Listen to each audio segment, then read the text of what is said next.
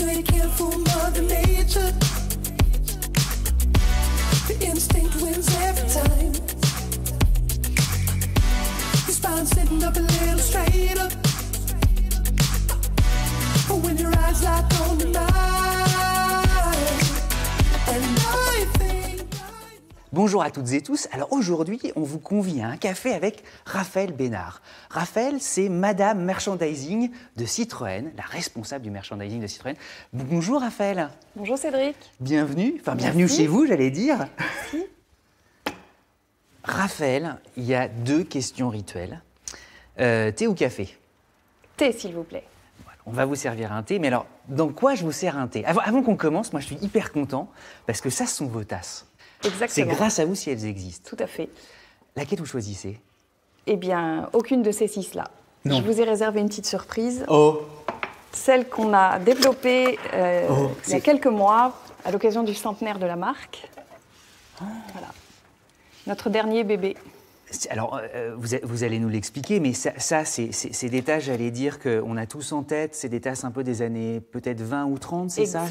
Oui, des années 60 plutôt, je dirais. Le bon vieux quart en métal utilisé notamment par les scouts. Ça vient de là, c'est ça alors? Ouais. Oui, c'est un matériel de camping qui a été beaucoup utilisé dans ces années-là et qui revient beaucoup à la mode. Et on a utilisé ce modèle dans l'esprit vintage des produits dérivés de tout ce qu'on a développé l'année dernière à l'occasion du centenaire. Et celui-là me plaît particulièrement parce que vous avez vu, on a repris l'écriture du mot Citroën des années 20. Toute la typo des années 20. Voilà, ouais. exactement. On le disait, vous êtes Madame Merchandising Citroën. Pour qu'on cerne bien les choses, c'est un vrai business en fait. Tout à fait, c'est une petite entreprise dans l'entreprise, puisque nous choisissons les produits que nous voulons développer. Je pars à la recherche de fournisseurs pour nous les fabriquer. Tout le design est fait en interne, puisque je travaille avec un designer propre à la marque, qui a une connaissance de l'histoire de la marque absolument exceptionnelle et qui nous fait vraiment des produits magnifiques. Et ensuite, voilà, une fois qu'ils sont fabriqués, on les met à la vente tant en B2B qu'en B2C et on gagne de l'argent dessus. Vous gagnez de l'argent. Avant que vous n'arriviez, ça représentait quoi, les produits dérivés chez Citroën? Alors, et depuis que vous êtes arrivé, comment les choses ont évolué? Alors, ça va bientôt faire 4 ans que j'ai pris ce poste. À l'époque, le chiffre d'affaires était inférieur à 2 millions. Et en 2019, on a réussi à facturer un peu plus de 5 millions d'euros uniquement au titre des produits dérivés. Oui, donc c'est une vraie croissance. Une grosse progression. En préparant l'émission, vous nous avez confié que vous souhaitiez que chaque produit ait une âme, qu'il vive par lui-même. Qu'est-ce que ça veut dire en fait? Mon objectif, quand je développe les produits dérivés, c'est que les gens puissent se dire « Tiens, j'ai un cadeau à faire, je vais aller sur le site de la marque Citroën parce qu'ils ont toujours des bonnes idées. » Donc on essaye toujours de trouver des produits qui sont sympathiques, innovants. Bon, évidemment, on fait des mugs, vous allez me dire, il n'y a rien d'innovant dans un mug, mais le design qu'on met sur les produits doit toucher les gens et doit faire en sorte que nos produits plaisent et nos produits véhiculent une image de la marque. C'est extrêmement important. Si je suis rattachée à la direction marketing, ce n'est pas un hasard. C'est pour rester dans l'image de la marque, dans la cohérence de l'image de la marque. Et les produits dérivés, évidemment, participent à la construction de cette image. Oui, c'est pas simplement on prend une tasse, je mets le logo Citroën et basta. Il y a beaucoup de marques qui font ça. Surtout pas. Surtout pas. Ça, c'est du goodies que nous n'aimons pas du tout. Vous voyez, évidemment, on a pris un mug qui existe, mais la façon d'écrire, la typographie qu'on utilise, les couleurs, si vous regardez ces mugs, on a travaillé, vous voyez par exemple, c'est des mugs qu'on vend 2 par 2. On a pris 2 modèles de voitures existantes, évidemment, mais les couleurs vont en négatif.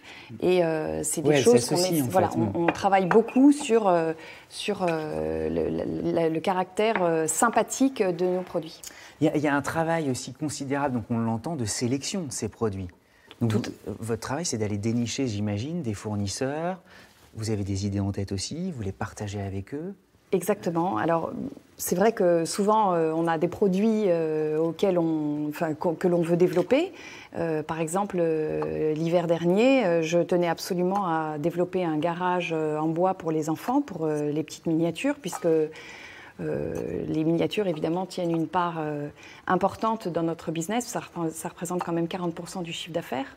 Et quel petit garçon n'a pas joué avec des miniatures? Vous voyez ici, il y a des petites miniatures qui sont glissées partout dans les vitrines.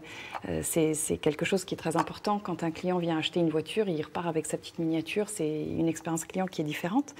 Et donc, le garage que nous avons développé, je tenais à le faire faire par une société française. Pour moi, c'est important aussi de sélectionner des entreprises françaises qui ont le leadership sur leur segment.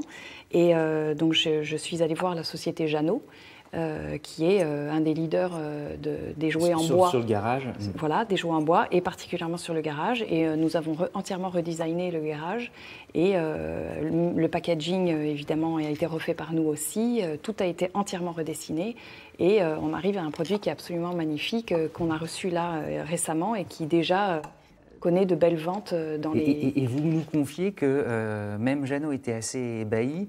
Il disait qu'il est presque mieux que leur propre produit. Exactement. Jeannot a même imaginé un moment prendre notre garage à leur catalogue à la place du leur. Donc là, ça aurait été une consécration. On a une double surprise aujourd'hui. C'est super. Il y a effectivement cette tasse, mais vous nous avez aussi apporté d'autres objets. Alors, je vais vous montrer des produits que j'ai développés et pour lesquels il y avait pas mal de méfiance dans l'entreprise avant que je les lance.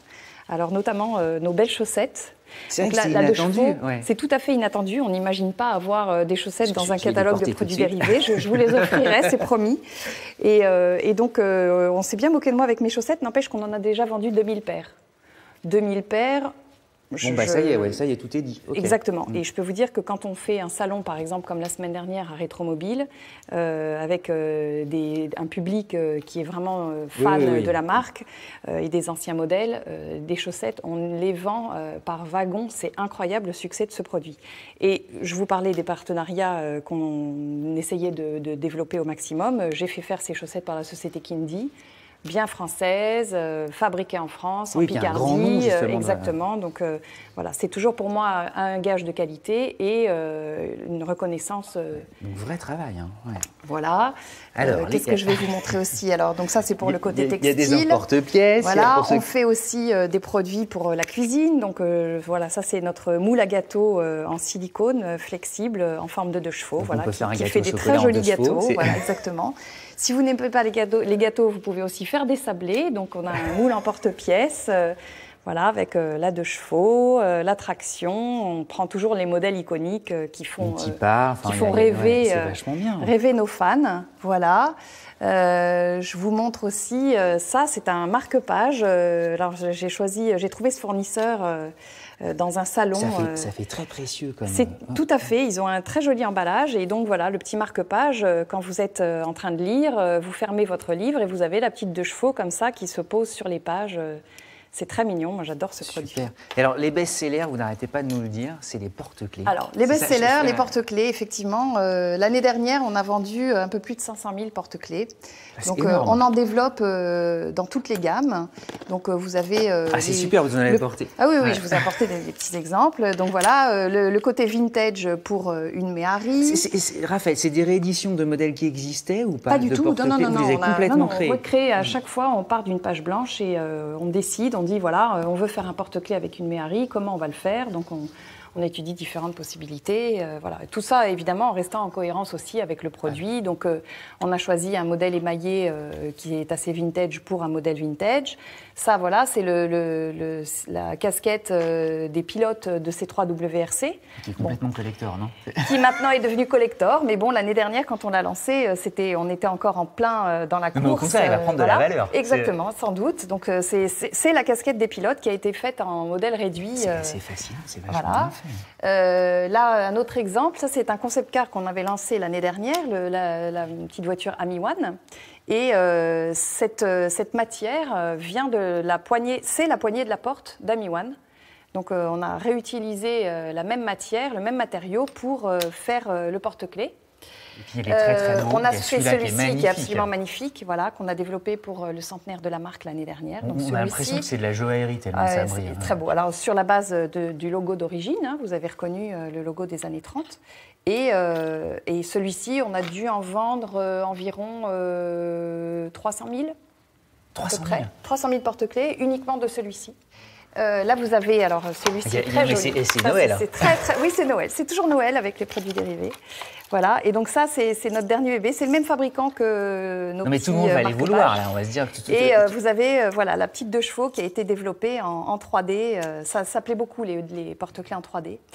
Et vous avez une grande primeur, puisque ça, c'est le porte-clés 2020, voilà, qui est en train d'arriver, qu'on a fait fabriquer et qu'on a lancé en 600 000 exemplaires. Il y a certainement des collectionneurs férus de porte-clés, ils vont adorer quand ils vont voir certainement, ça. Certainement. Et il y a le Monopoly surtout. Alors le Monopoly, ça c'est le succès de 2019 qu'on a créé pour le centenaire, qui m'a pris des heures et des heures et des heures de travail parce qu'on a voulu vraiment soigner le détail à l'extrême. Alors la rue de la Paix, elle est remplacée par quoi? Alors on a remplacé toutes les rues, puisqu'évidemment on n'achète pas des rues, on achète des voitures. Donc sur le plateau, je vous montre rapidement. Donc le plateau qu'on a entièrement redessiné, vous voyez. Ce sont des voitures. Ce sont des voitures, voilà. Donc on démarre avec, alors vous voyez la case départ. Tout qui tombe. C'est pas grave, c'est normal. Voilà. Tellement de choses. C'est un petit syndrome bonnet. C'est très beau aussi, il y a ça, le Citroën Origins qui est là. Exactement, toujours notre logo. Et donc, vous démarrez avec, où est-ce qu'elle est la case départ ici, voilà. Et donc, on a sélectionné les voitures pour faire tout le tour en les mettant dans l'ordre chronologique. Et donc, l'année est à chaque fois reprise sur la voiture. Les gares ont été remplacées par des concept cars. On a même redessiné, vous voyez, les cases où on devait avoir les sociétés d'électricité, tout ça. Donc, c'est devenu le péage d'autoroute, le stationnement payant, la compagnie d'assurance. Et à chaque fois, le picto a été refait. La caisse prison qui est toujours là. Voilà. Alors, les 4 coins sont imposés par Monopoly. Ça, on n'avait pas le droit de le changer. Et y compris les cartes chance et les cartes caisse de communauté, les questions ont été refaites pour coller à l'histoire de la marque. Citroën. Exactement. Oh, vachement bien. Exactement. Tous ces produits, on peut se les procurer, on le disait, sur le site. Tout à fait. Mais on se le procure aussi aux événements. Exactement. Alors, et on peut venir ici aussi dans une concession. Exactement. Alors, les concessions prennent de plus en plus ces produits pour les donner et les vendre.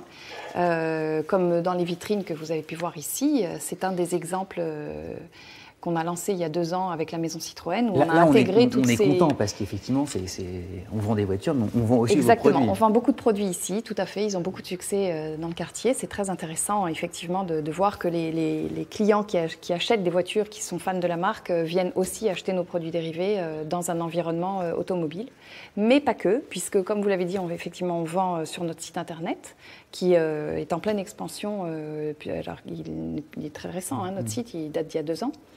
Et puis, on a aussi des boutiques éphémères sur tous les salons de la marque. Donc, je vous ai parlé de Rétromobile tout à l'heure. On avait une boutique la semaine dernière. On a évidemment une boutique au Salon de Paris. On a une boutique au Salon de Bruxelles. On avait une boutique au Salon de Pékin l'année dernière. On avait une boutique au salon de Rabat de Casablanca il y a quelques mois. Voilà, tous les salons, on demande aux salons, chaque locaux, de développer des boutiques pour montrer les produits. Le rêve, ce serait qu'un jour vous ayez une boutique en propre, dans Paris ou ailleurs. Ce serait bien. Ce serait très bien. Vous y travaillez ou pas, sérieusement? Pas encore. Chaque chose en son temps. Vous l'avez en tête quand même. On est une toute petite équipe. Pour l'instant, non, mais on aurait dû commencer par ça, parce que quel travail. Vous êtes combien? On est seulement 2,5. 2,5, 5 millions d'euros de chiffre d'affaires, des idées en cascade, on l'a vu, et ça continue de croître. Exactement. Ah oui, nos objectifs sont très ambitieux, effectivement. Bon, on en reparlera, on va regarder ça de toute manière avec attention. Puis à chaque fois qu'on croisera désormais un porte-clés, on pourra penser à vous et vos équipes et au travail qu'il y a derrière. Exactement, merci. Merci Raphaël d'être venu nous présenter tout ça. Travaillez bien, voilà, on est comme des enfants nous. Merci. C'est pour nous. Je vous offre des tickets. Bon, merci beaucoup. À tous, évidemment, merci de votre fidélité et à très vite pour un prochain café avec... Ce sera la surprise. You know you can't fool Mother Nature.